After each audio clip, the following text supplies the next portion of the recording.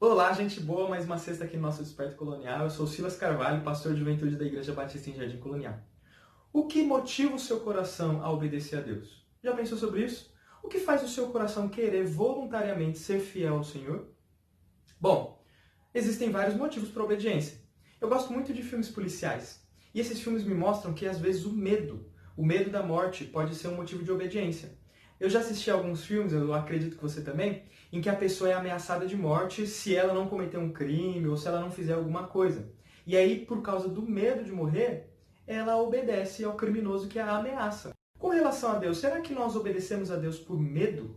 Por medo da morte, por medo do inferno? Se você tem assistido o nosso Desperto Colonial de sexta-feira, você sabe que o medo da morte não motivou Adão a se manter fiel a Deus por muito tempo. O medo da morte não motivou Adão. E, na realidade, mesmo sabendo que ele morreria se desobedecesse a Deus, mesmo assim ele desobedeceu. A gente também sabe que o medo da morte não fez com que Caim se arrependesse. Na realidade, o medo da morte não o motivou a querer buscar o Senhor. Mas, pelo contrário, Caim continuou rebelde, continuou infiel a Deus.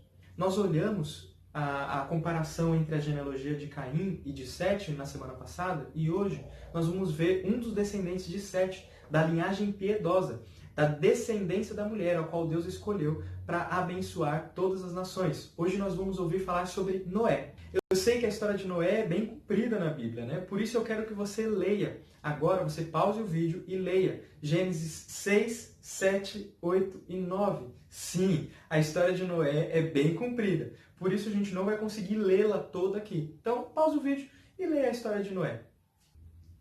Leu a história de Noé? Agora, conhecendo a história de Noé toda, você sabe que Noé era um homem que se destacava dos outros homens da terra, não é? Gênesis 6, a partir do versículo 1 até o versículo 8, mostra que a humanidade ela se corrompeu e se rebelou novamente contra o Senhor. Isso fez com que o Senhor se entristecesse tanto que ele decidiu destruir toda a vida na terra. Só que ele tinha feito uma promessa no Éden.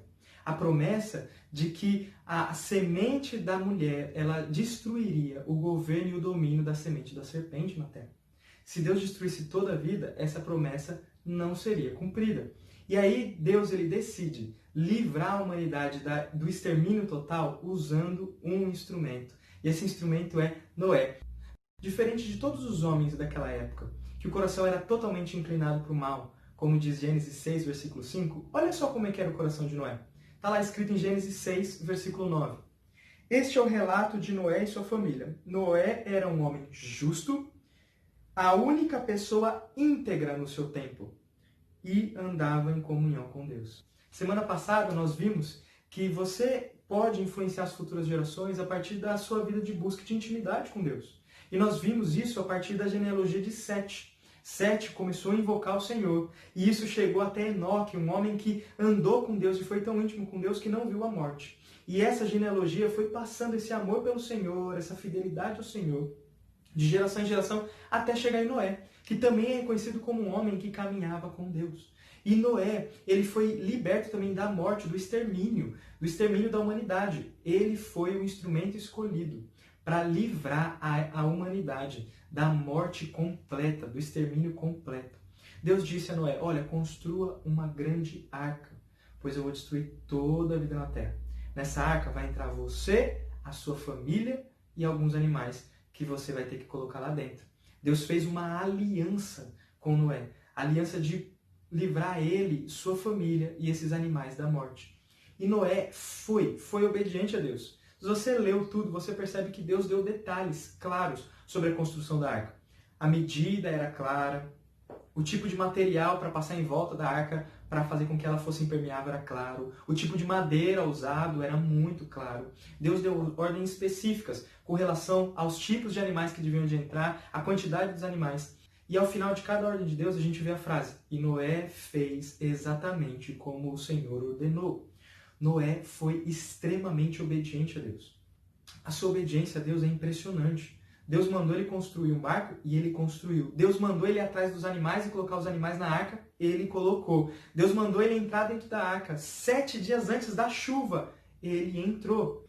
Nós sabemos que a chuva durou 40 dias, mas não foi só esse tempo que eles ficaram na arca. Na realidade, eles ficaram muito mais.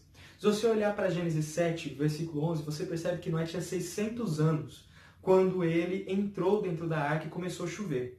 Mas no capítulo 8, versículo 13, você percebe que quando as águas já estavam quase secas, já não tinha mais quase água na terra, Noé já estava com 601 anos de idade. Olha só, passou um ano. E aí, nesse tempo, ele ainda ficou 2 meses dentro da arca. E ele foi obediente até na hora da saída. Ele só saiu da arca. Mesmo com a terra seca lá fora, ele só saiu da arca quando Deus mandou ele sair. Assim que ele saiu da arca, ele construiu um altar para buscar o Senhor, para adorar. O coração dele é demonstrado aqui também. O coração de Noé é um coração de alguém que ama o Senhor, que busca o Senhor e que invoca o Senhor. E ali Deus faz uma aliança com ele. E o sinal dessa aliança, uma aliança de que Deus nunca mais destruiria a humanidade com chuva, o sinal dessa aliança é o tão lindo arco-íris que nós vemos no final de cada chuva. Toda vez que nós olhamos para os céus, no final de uma chuva, nós vemos o sinal da aliança que Deus fez com Noé. Um grande arco-íris, demonstrando que Deus, ele colocou a arma de guerra dele na parede. Deus não vai mais destruir a humanidade com água, como ele fez nos tempos de Noé. Agora, o que será que fez Noé querer obedecer ao Senhor? Será que era o medo da morte? Acredito que não. Será que era instinto de preservação? Também acho que não. Será que era para mostrar para as pessoas de fora? Também acredito que não. Olha só o que o autor de Hebreus vai falar sobre Noé em Hebreus 11, versículo 7. Pela fé, Noé construiu uma grande embarcação para salvar a sua família do dilúvio. Ele obedeceu a Deus, que o advertiu a respeito de coisas que nunca haviam acontecido. Pela fé, condenou o resto do mundo e recebeu a justiça que vem por meio da fé. O que faz Noé obedecer não é medo da morte, não é querer aparecer, ser justo para outras pessoas. O que faz Noé obedecer ao Senhor, o que motiva o coração de Noé a se manter fiel ao Senhor, é a fé. Noé tinha plena consciência de que Deus era fiel para cumprir aquilo que ele prometeu. Fé para o autor de Hebreus não é um salto no escuro. Fé para o autor de Hebreus é a certeza de que aquilo que a gente espera é real, mesmo que a gente ainda não tenha recebido. E de que aquilo que nós tanto aguardamos, ele é real, mesmo que ninguém ainda tenha visto. E é real aquilo que esperamos e ainda não recebemos, ou aquilo que nós aguardamos e ainda não vimos, é real, porque Deus foi quem prometeu. Foi Deus quem prometeu. E Deus é fiel para cumprir as suas promessas. Noé, com fé no Senhor, foi obediente.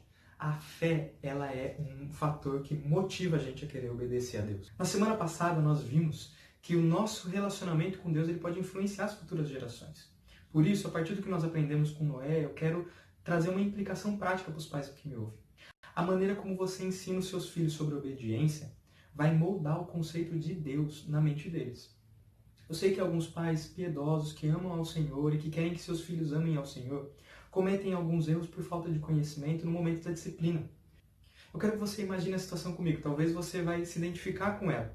Um pai vai ter que disciplinar o seu filho pequeno, por causa de uma desobediência. E aí ele diz assim: filho, você não pode desobedecer, você tem que ser obediente, porque Papai do Céu não ama crianças desobedientes. Papai do Céu castiga crianças desobedientes. Qual é o conceito de Deus que esse pai tem ensinado para esse filho no momento da disciplina? O conceito de Deus é duplo. Primeiro, o pai tem ensinado que Deus é um ser raivoso, que fica no céu só esperando um mínimo erro para enviar castigo. E o segundo conceito é de que o amor de Deus é conquistado pela obediência. Deus apenas ama pessoas que são boazinhas. Deus ama pessoas que são obedientes. Não tem mensagem que tenha levado mais pessoas ao inferno do que a mensagem de que o amor de Deus é conquistado pelo mérito pessoal. A história de Noé nos mostra o contrário.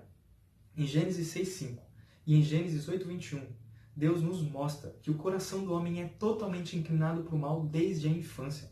Não há ninguém que seja obediente o suficiente para merecer o amor de Deus. Nós hoje nos relacionamos com Deus por meio da fé. Nós cremos que Jesus morreu e a morte dele foi suficiente para pagar os nossos pecados. Nós cremos que a ressurreição de Jesus nos garante uma vida nova. E nós cremos que Deus nos preservará da morte eterna. E nós obedecemos a Deus agora por fé também. Porque nós cremos que o padrão de Deus é o melhor para a nossa vida. Não ensinem os seus filhos a serem obedientes, motivados pelo medo de Deus. Faça o contrário.